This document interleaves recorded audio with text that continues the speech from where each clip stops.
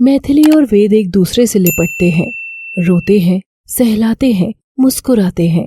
Stupid, अगर मैं आज भी मुंह ना खोलती तो तुम तो कब का दानवीर कर्ण बनकर अपने प्यार का त्याग करने के चक्कर में मेरी ही बलि चढ़वा देते, वो भी उस गौतम के साथ।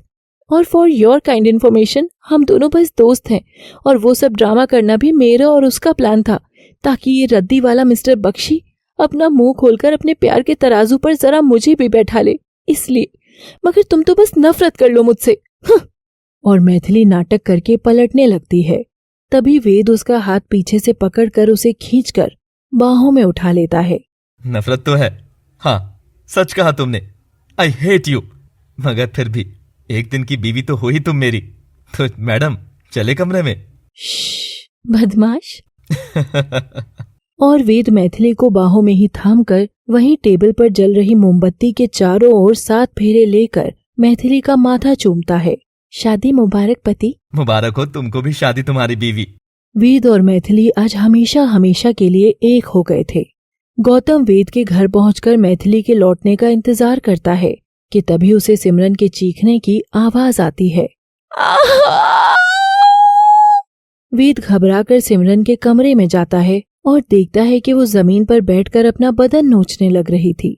सिमरन, सिमरन नहीं बेटा, ऐसा नहीं करते हैं।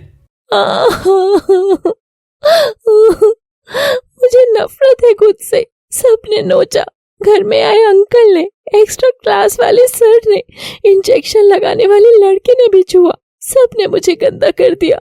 मुझे नहीं अच्छा लग रहा। मैं इस चमड़ी को खुद से अलग कर दूंगी।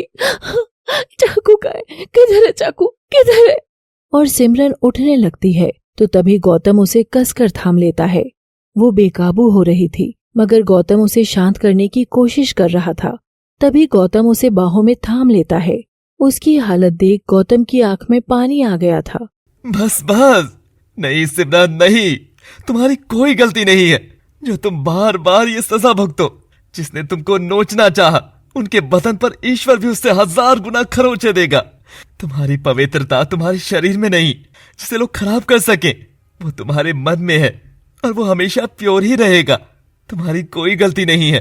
तुम तो बहुत अच्छी लड़की हो, बहुत अच्छी लड़की हो तुम। और सिमरन शांत होकर गौतम से चिपक कर बैठ जाती है। एक बात कहूँ तुमसे? हाँ बोलो ना। जिसने भी मुझे छुआ, लगता था जैसे बदन पर कीड़े चल रहे हो, मगर तुम्हारा छूना ऐसा नहीं है।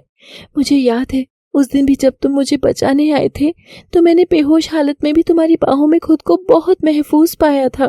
गौतम हैरानी से सिमरन की बात सुन रहा था।